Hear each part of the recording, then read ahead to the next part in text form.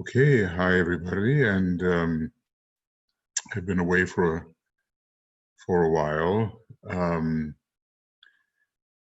I think this is our 17th program for Letters on Occult Meditation, and there's been so many musical things in the beginning.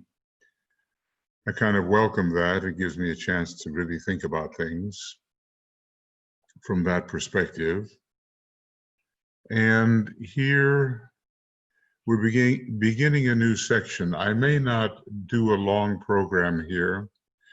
I just want to get started once again. It's been about a week, so maybe something can be brought to you, even if a bit shorter. This is all about the group use of the word. And let me just kind of increase the size of this a little. And we're beginning on page 65. It's not a long section. I'll see where we are when we get there. In group formation, the effect of the word is intensified, provided the groups are correctly constituted, the right kind of people with similar purpose and shared objectives, or rendered null and void and neutralized should the groups contain undesirable elements. And that shows how much we may be affecting the groups we are in. We may lead to the inutility of the group, rendering a group null and void.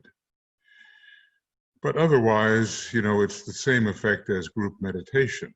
If the elements within, that is the meditators, the people within, are appropriate to the cause, appropriate to the goal, then we will have an intensified effect.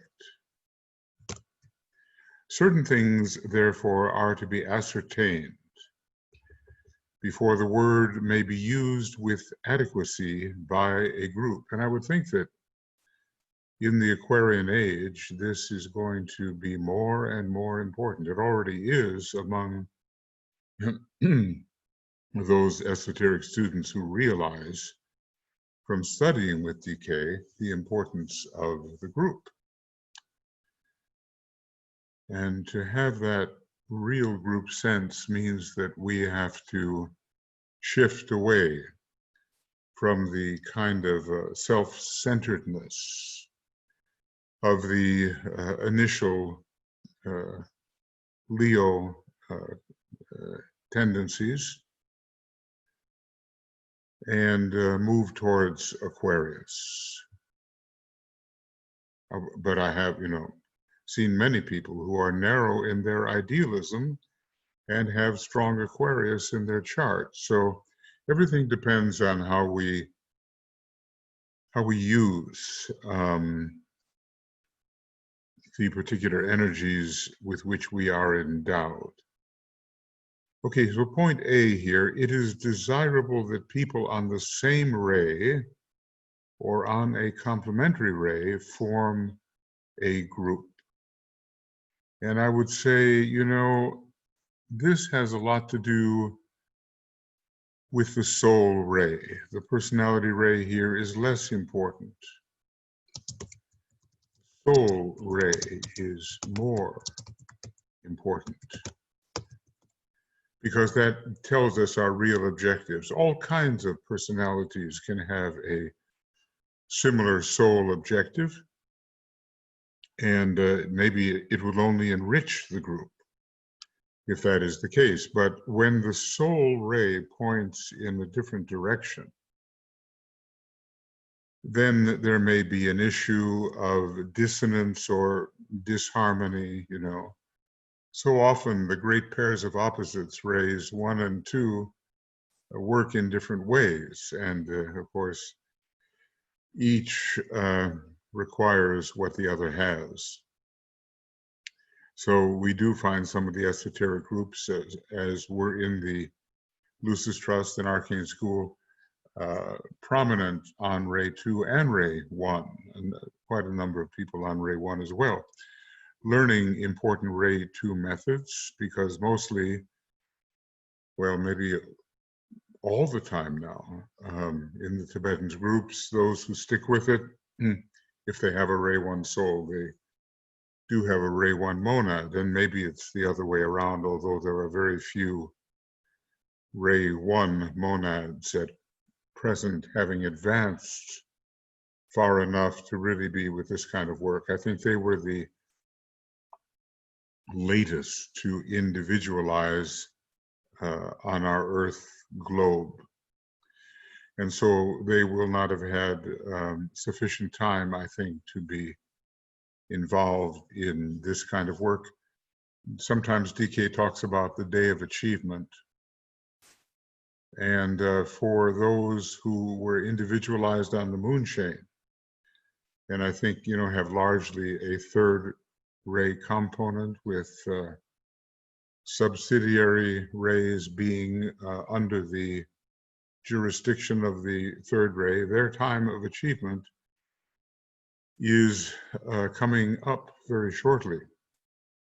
For those who are more along the 2-6 line and were individualized in Lemuria, unless, of course, there was very rapid progress by some, which in some cases there was, their time of individualization will be, or their time, of achievement will be in the 6th root race impending. And we can just continue the idea that the first ray monads, or at least the Atlantean group, individualized the latest on our globe, will have the 7th root race, for some at least, as the time of achievement. So anyway, it's desirable that people on the same ray or complementary ray form a group. And we're looking largely at the soul ray. And B, it is desirable that the word be intoned on the same key or in part harmonic, i.e. in harmony with the major tone, which determines the key signature, as it's called in music. Now, usually we're looking at the key of C or the key of A. A is the indigo note, and C is the red note.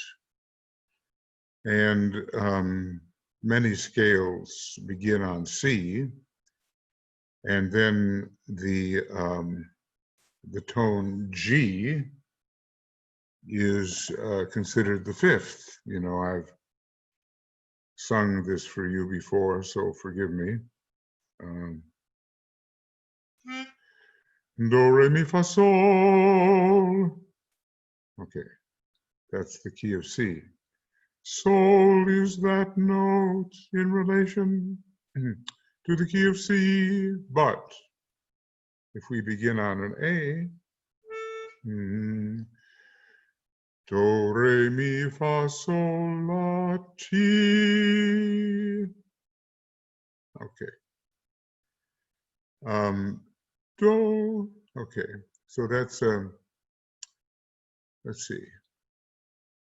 Yeah, that is a 7th, and DK sometimes talks about G representing the 7th.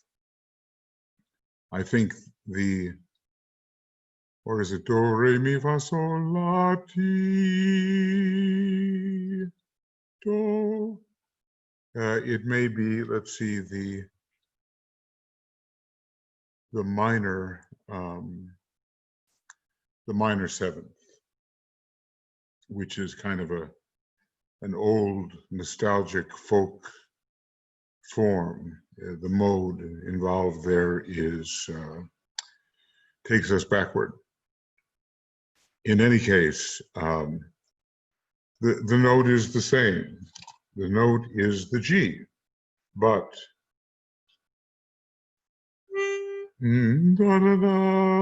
yes, it's the minor seventh. Tum tum, or da da da da dum, and that's the fifth. So the note is the same, but the meaning in the scale is different depending on where we, begin. What is our foundational note? Is it a C, the way Madame Blavatsky gives it? And to some extent, it's a note of Mars, a red note.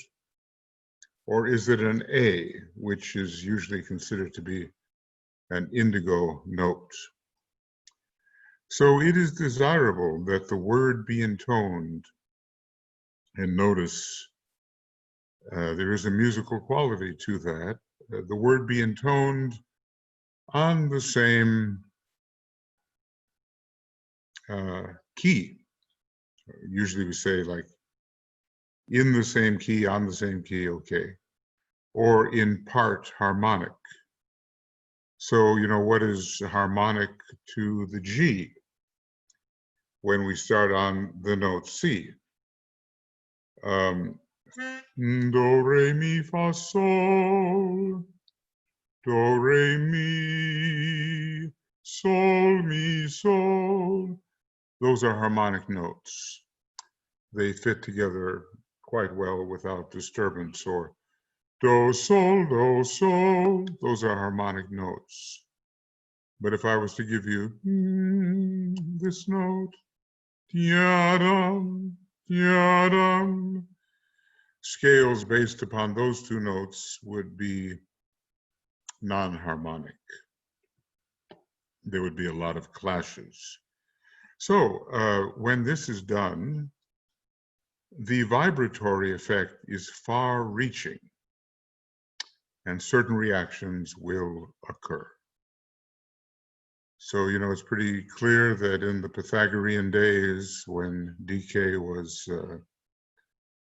working so closely with Pythagoras, Master KH, in an earlier incarnation, that all of this music was necessary. And if he didn't know it before, and there's no way to tell whether he did or did not, he certainly picked it up then. And we have to at least have the idea of the major chord, which begins with the fundamental and ends with the monad, an octave higher. Do, mi, sol, do. Do, mi, sol, do. Using the falsetto up there so I don't blow the microphone here. So that is the chord that he frequently talks about, and we're working on one part or another of it, trying to tune it up. What results, therefore, when the word is correctly sounded by a group of people rightly intermingled? Of course, it kind of tells you that there is definitely wrong intermingling possible. And sometimes the third ray is bad at that. It, as the old commentary says, it threw together those who suited each other not. Something very close to that. The seventh ray would be much more careful, and also the second ray, but third ray does not have that refined technique that's needed when you try to bring together those whose notes are harmonious and not dissonant. Okay, so what happens then when the word is correctly sounded by a group of people rightly intermingled? Now just watch every word that DK uses. A word like intermingled is not a common word. Why does he use it? And it has to do with the mutual effect upon each other of those who are placed within the same ring pass knot or context. So in point A, a strong current is set up that reaches the disciple or the master responsible for the group, and which enables him to put the group on rapport with the brotherhood. The master of that particular ashram puts his group on rapport with the whole brotherhood, permitting the channel to be cleared for the transmission of the teaching. So that's one of the important things that happens. We really do have to straighten things out and clear the way, don't we? We have to do that. And if sound can do that, which rightly sounded can, then we have to learn the rules by which the sounding is to occur. So what is the result when the word is correctly sounded? What is the result? Clearing, that's for one. And a two-way current, master reaches the disciple reaches the master, and then the disciple the rapport with the entire hierarchy is enhanced for the disciple. And point B, a vacuum is created that corresponds somewhat to the vacuum that should exist between ego and the personality, but this time between a group and those on the inner side. Those are the members of the ashram in question. I mean, the ashram to which the group is related. And the vacuum, of course, permits free passage and the kind of exchange that we are looking for. So often in the beginning, the higher of the pairs of opposites is cut off from the lower of the pairs of opposites. Now, some of that is supposed to be taken care of in the hall of learning, where the love petals are beginning to open and then finally do open, providing an entrance into the hall of wisdom. This whole idea of a vacuum and its relationship to transmission of the higher to the lower and of the lower to the higher is an important concept in technical esotericism. And then point C. If all conditions are right, and we have this harmonious sounding, it likewise results in a linking of the egoic groups of the involved personalities, a stimulation of the causal bodies on the higher mental plane involved, and a linking of all three groups, the lower, the higher, and the brotherhood in a triangle for the transmission of force. So we have to make sure that conditions are right as much as may be possible, and where this, DK tells us that the success of our work is going to depend very much on our choice of co-workers. And we can see how that choice relates to the harmonious relationship, ideally harmonious relationship of those who are involved in the same group. So the linking of the egoic groups, maybe these involved personalities are in different kinds of egoic groups, and they are linked up because of the harmonious transmission between the group of personalities and the inner soul realm. And the causal bodies are stimulated, the egoic lotuses are flourishing because of this stimulation, and the personalities, the egoic groups, and the brotherhood are all related as they were not before, the lower, the higher, and the brotherhood, in a triangle for the transmission of force. So what have we been looking at? The correct sounding by a group of people rightly intermingled, and the strong current is one factor that gets set up, and it's reciprocal, master to disciples, disciples to master. Excuse me. And the vacuum is created. And it's not an exact correspondence, but it's pretty close to the vacuum that should exist to promote the interchange between ego and personality, or between the causal body, egoic lotus, and the personality. And then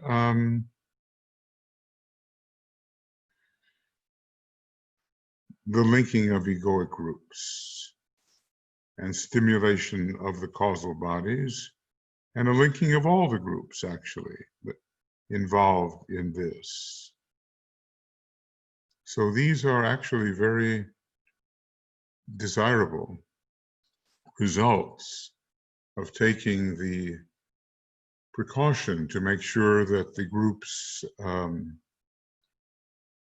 that are sounding the sacred word are rightly constituted, rightly intermingled.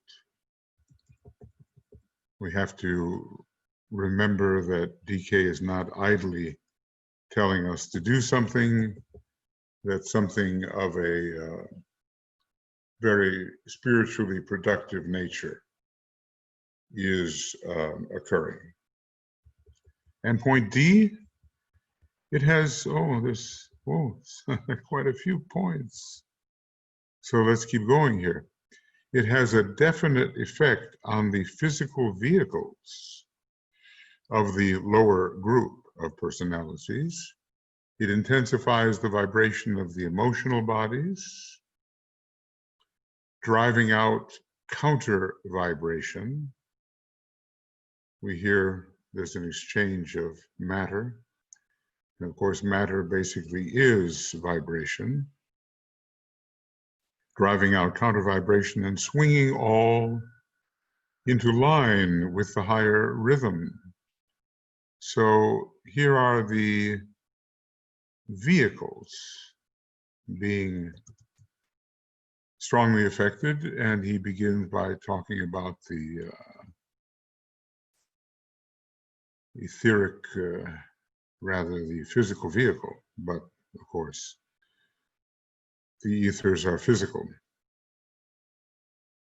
And many of us could certainly use the driving out of the counter vibration in the emotional body, particularly. That's where so much of the trouble lies. You know, people say, well, the person is having mental problems, but that's very rarely accurate. It's usually emotional problems or problems in the realm of kama manas.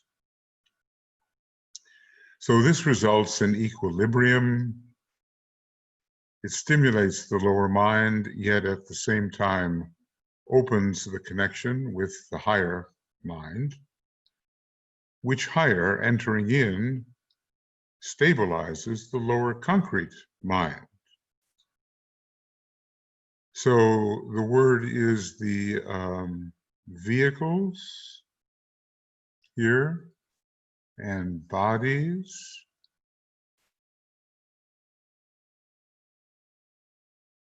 They are affected and they are improved. So equilibrium and control from the higher level upon the lower level is managed. All this from the sounding of the word in the right manner within the properly constituted group, the members of which are properly intermingled. So, you know, well, the one thing about this book is it's so filled with illuminating technicalities that it encourages us to be really careful in how we proceed in the following of occult meditation. Okay, point E now. It attracts the attention of certain of the devas or angels whose work lies with the bodies of men and enables them to do that work with greater exactitude and make contacts that later will be of use. So enhanced deva contacts, basically.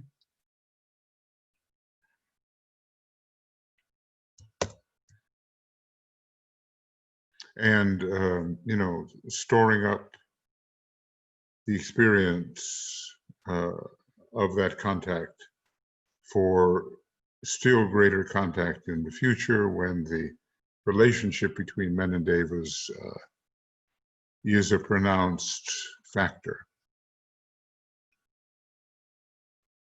Okay, so the devas are coming into this. I'll just put it in red.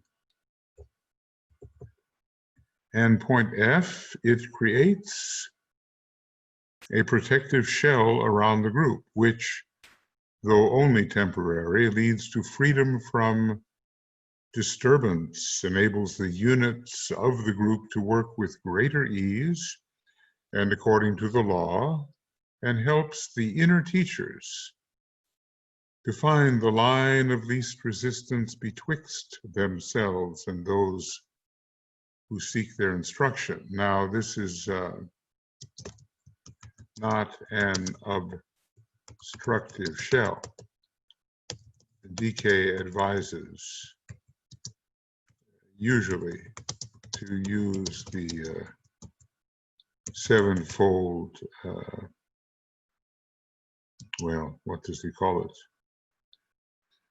I'll call it this, the sevenfold circle of love using the 7 rays. That's what he usually advises, because he wants to help us avoid inadvertently building the so-called theosophical shell of protection. You know, build a shell and protect yourself, but then at the same time you wall yourself off from others, which works against the unification, the loving, harmonious unification, which we are seeking to establish. So a temporary protective shell is here built, and it allows more precise work and easier access from the masters to the group.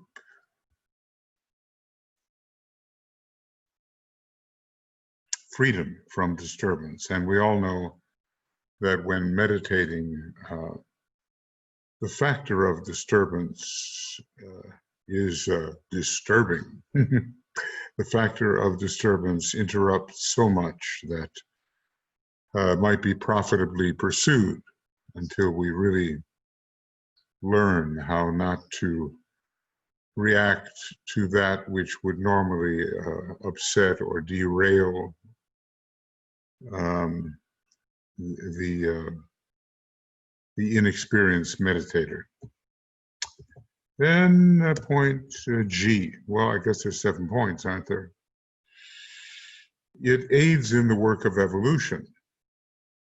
Infinitesimal that aid may be, yet every effort that leads to the free play of the law, that acts in any way on matter for its greater refining,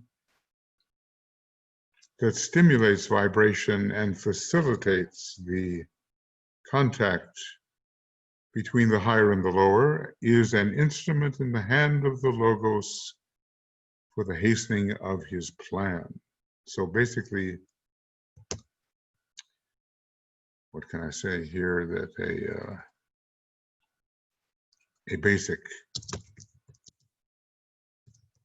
summary is given regarding the effect of the right group use of the word. Basically, it leads to the free play of the law. It acts on matter for refinement. It stimulates vibration and facilitates contact between the higher and the lower. So that's the summary, in a way, of what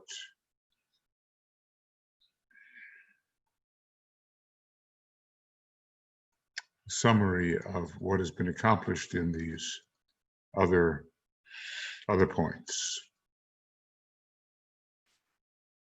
So we get the idea that the right sounding of the sacred word by the group, by the rightly constituted group, will have far-reaching effects, even aiding evolution. Basically, setting up a strong current, creating a vacuum, linking egoic groups, and linking lower, higher, and then the brotherhood, having an effect, positive effect upon the personality vehicles, attracting the attention of certain devas or angels. I'll make that a little bigger. And point F creates a protective shell around the group. I wish I could get that indigo looking a little less dense. And then finally, aids in the work of evolution. However small that aid may be, it is something. And if enough people work in that way, then okay, there's going to be a noticeable effect. I have, what does he say here? Yeah. I have here touched upon certain effects incident upon the chanting of the word in unison. That's what this is all about. And, you know, I'm sure you've had the experience of wondering, oh my goodness,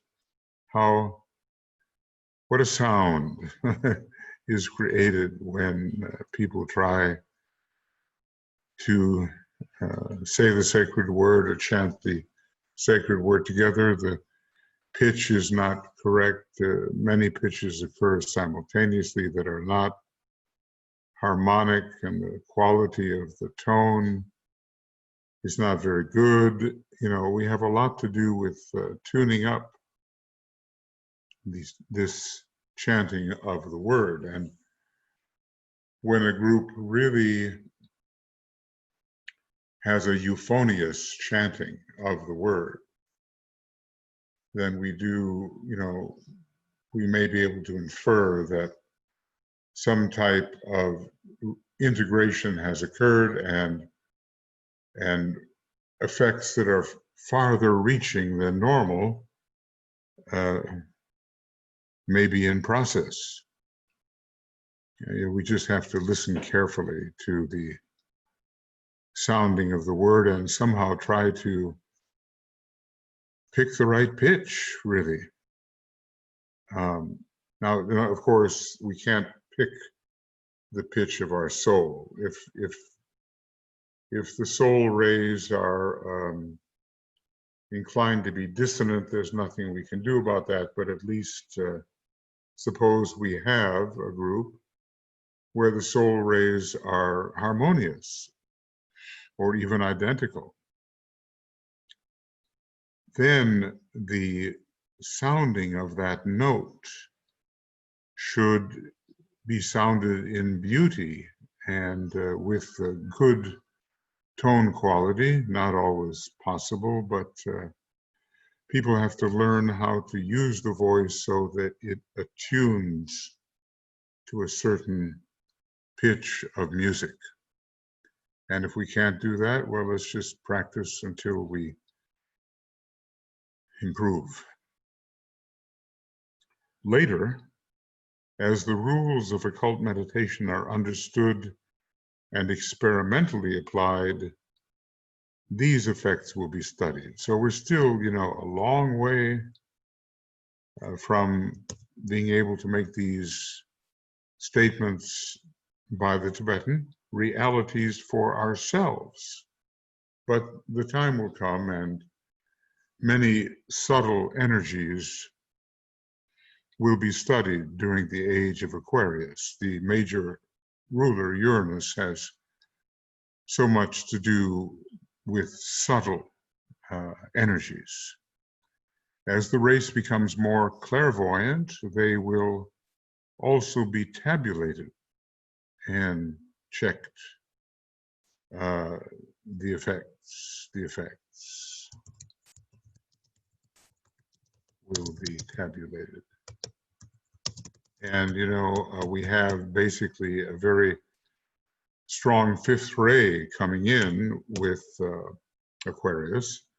It is a ray transmitted through that constellation, but it's also the ray of humanity during the human personality during the age of Aquarius, the fifth ray personality.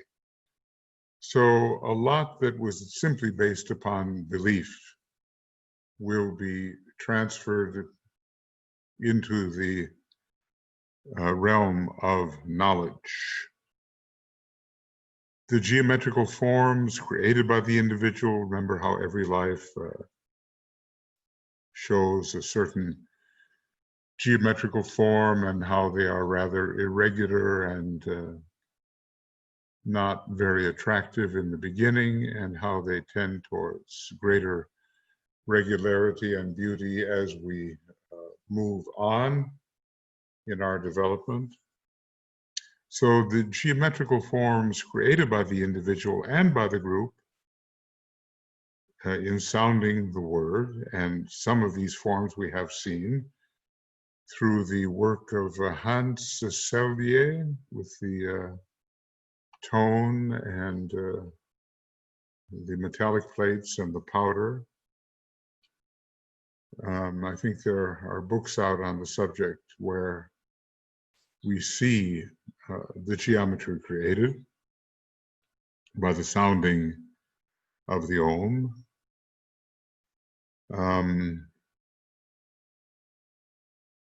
So the geometrical forms created by the individual and by the group in sounding the word will be recorded and noted.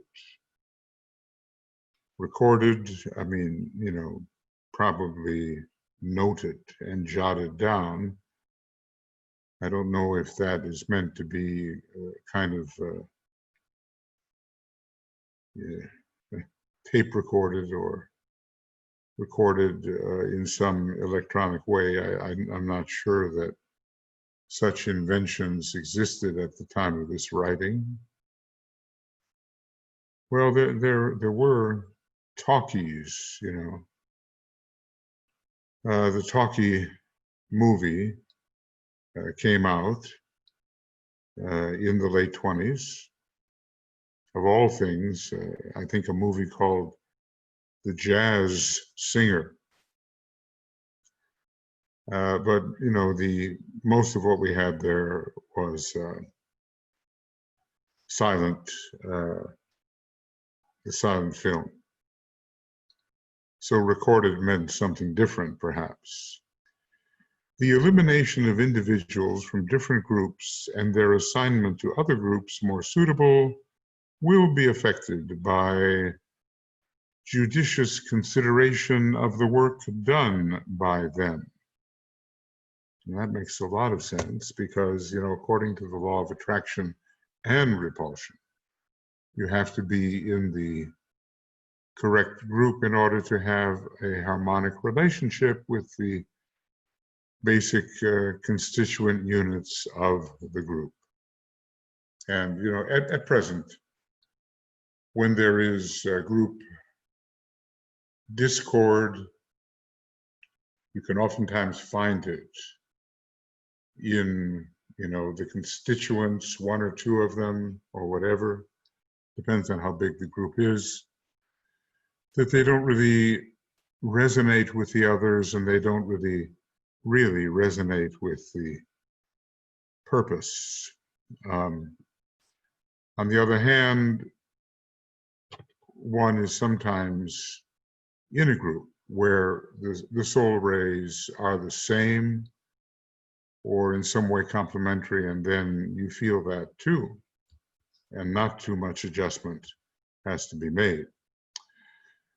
Later, as individuals develop the higher consciousness, wardens of groups must be chosen.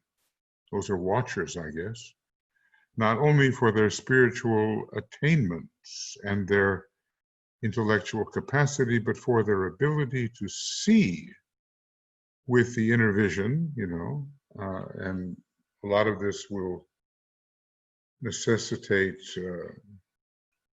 causal consciousness, and hence assist their members and group to rightful plans and to and for correct development. So these are, you know, what should we say, keepers, whoopsie,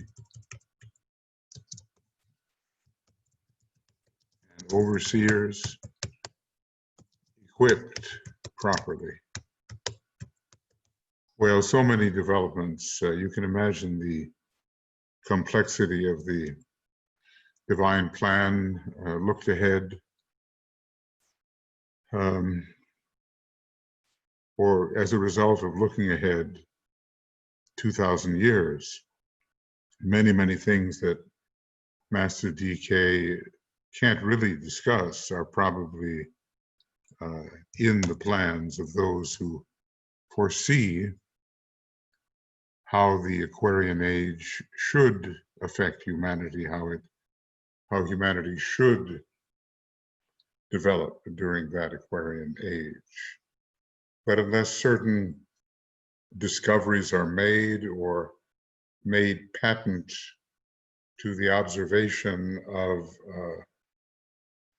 the human being right here on the physical plane, then discussing those eventualities would not make a whole lot of sense. So much then necessarily is being withheld. Well, I think, you know, friends, I always like a rounded off duration for these programs, but it's not really possible. DK gets into an entirely new subject, which has much bearing upon the seed group work the 10 seed groups. You know, there are various places where he mentions the 10 seed groups. And then here in Letters on Occult Meditation, he mentions groups that sometimes may be a seed group or may be related and supplementary or additional to the seed groups. And that's the subject we are about to enter. And so I do hesitate to begin anything new right now, even though we haven't used the entire hour. So this, I always want to know where I am, however, and frequently, without the help of my communications team that keeps things on an even keel, I sometimes forget. So this is, you know, the end of program 17. And basically, we've gone from 65 to 67, and it took place on the 8th of August. And I think that's all we have to worry about in that one. And then program number 18 will be coming up. And from page 67, and we'll see, it will be August though, and we'll see when it takes place. Hopefully tomorrow. I oftentimes get a chance to muse a little bit, you know, after finishing a section. And, you know, just very grateful for this incredible teaching that Master DK has communicated to us, even though he regards it as simply the ABCs of occultism. And I'm sure we'll, you know, we saw how much more he gave during the Alice Bailey period than was included in the theosophical work. Just subjects were expanded and with meticulous semi-entirety. The DK would say, look, to you it looks meticulous, but to me, it's not really meticulous at all. How often has he said, oh, I could write many volumes on X, Y, or Z. And I'm sure he means it. But then the law of economy has to enter, and within the time-space schedule of the planetary logos, only certain manifestations are possible, given the tempo of manifestation at the present time. There will be I think, a tightening spiral in regard to manifestation, and things will speed up. But right now we have to be realistic about what is the tempo. What is the tempo of manifestation? And then within the time allotted,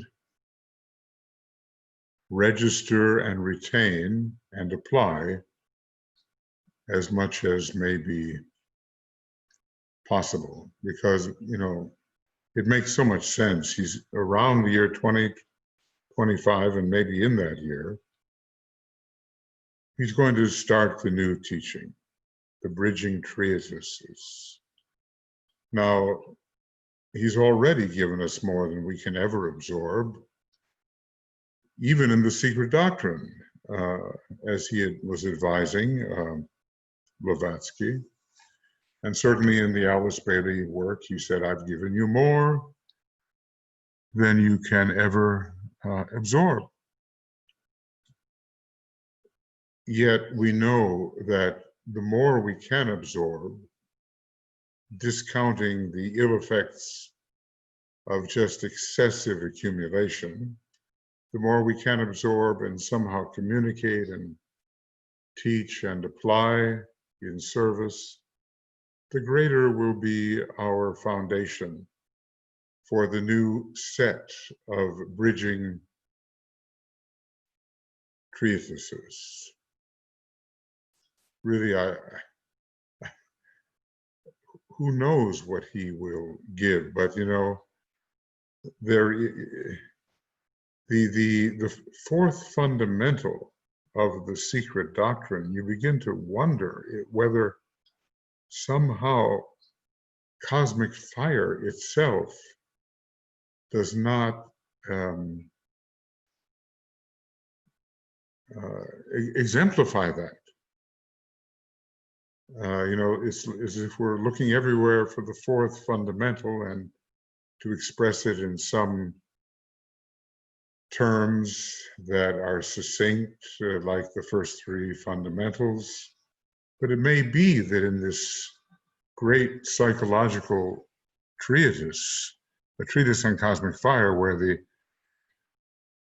which is in a sense the psychological key to the secret doctrine, whether that's not it.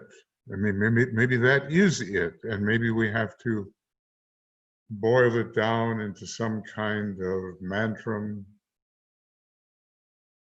that carries the main idea. There is a boundless, immutable principle. Okay, there is a law of periodicity. I'm just abbreviating. And all souls are one with the oversoul. Very short, succinct statements, and maybe if we study cosmic fire, which we're doing now as much in depth as we can. I've given you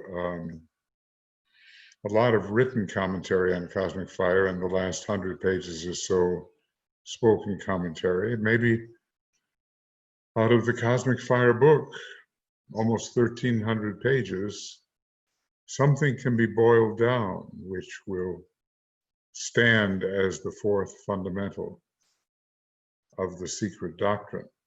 He did give the hint that it does involve psychology, and he did come forward with the ray science and esoteric astrology science and the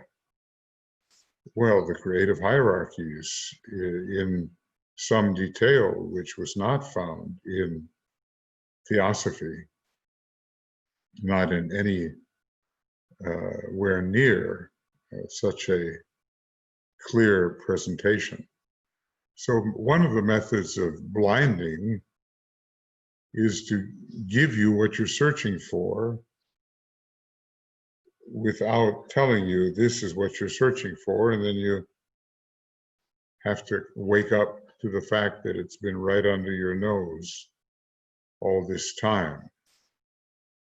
Because I think it would take a great initiate like Master DK to formulate accurately the fourth fundamental of the secret doctrine. So the days pass, and we have a choice regarding how we will spend our time. There are many, Saturnian service things that we must perform, even as Sanat Kumara holds his position, sacrificially so, until the last weary pilgrim finds his way home, of the weary pilgrims for whom it is indicated that they can, in this cycle, find their way home.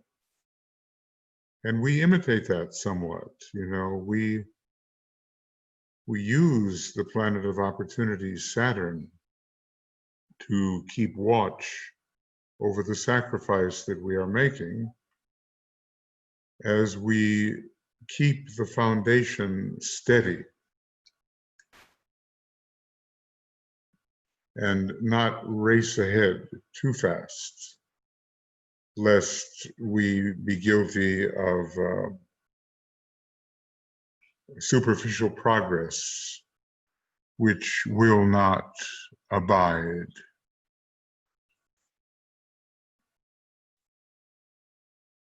And it may be gratifying for a short time, but it will not hold.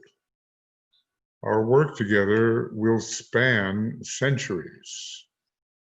I don't think that any of us is looking for a quick exit from the duties of the Aquarian age.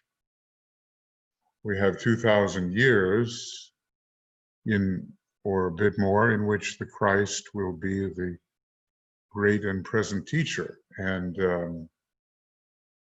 the initiator for probationary initiates of the first and second degree. And, we're not trying to get out of the stream of obligation. Who knows how many incarnations we may experience as we seek to serve the hierarchy and the Christ, always better, more powerfully, more effectively during these years. If the curve for the Piscean age kind of went like this, then the Aquarian age is really going to go along the y-axis pretty high. We're going to accomplish a lot in a short period of time, and it will be the compensation for mistakes that were made on the moon chain. The hierarchical ruler of Aquarius is the moon. And we have a lot to regenerate that was mistakenly pursued on that chain, and so many of the people who have individualized on that moon chain, they have been transferred into this chain where they can correct a form of behavior and thought that led to a kind of lunar madness, as Blavatsky says, the divine lunatic. And we have that in our, literature, and can probably even prove that. Now we have another chance, and we can redeem what went on earlier if we study the laws of occultism very carefully, because they are given with care, and apply them as members of the new group of world servers. We can make up for the lost time that held us back from coming anywhere close to the spiritual status of Venus, and we should be sharing that status, and we're not. So this is going to put tremendous pressure upon you and upon me and upon all who really care that the plan received by the hierarchy really manifests as it should be. And every little thing counts. Every external action and every internal state. It all counts. And if we're going to be like the masters, we're going to see that the responsibility is not just an intermittent thing, it is ongoing with continuity. So we're being trained to work continuously in the coming age, once we, wake up again after being reincarnated, to work continuously towards the manifestation of a plan which is developing throughout the Aquarian age, until really humanity in large numbers can be said to have entered the fifth kingdom of nature, the kingdom of souls, and the number of first-degree initiates will be considerable. Okay, friends, well, at least today I was able to do a little bit more, and I hope in the coming days to plow on. So all the best to you, lots of love, many blessings from Tuya and myself and from the whole communications team. We'll just keep the esoteric, the spiritually occult thought, we'll keep it circulating to feed the consciousness with truth rather than with the fabrications of the rigid concrete mind. Okay, this will be on Makara before long, and then it will be on YouTube as well. Take care, and bye-bye for now.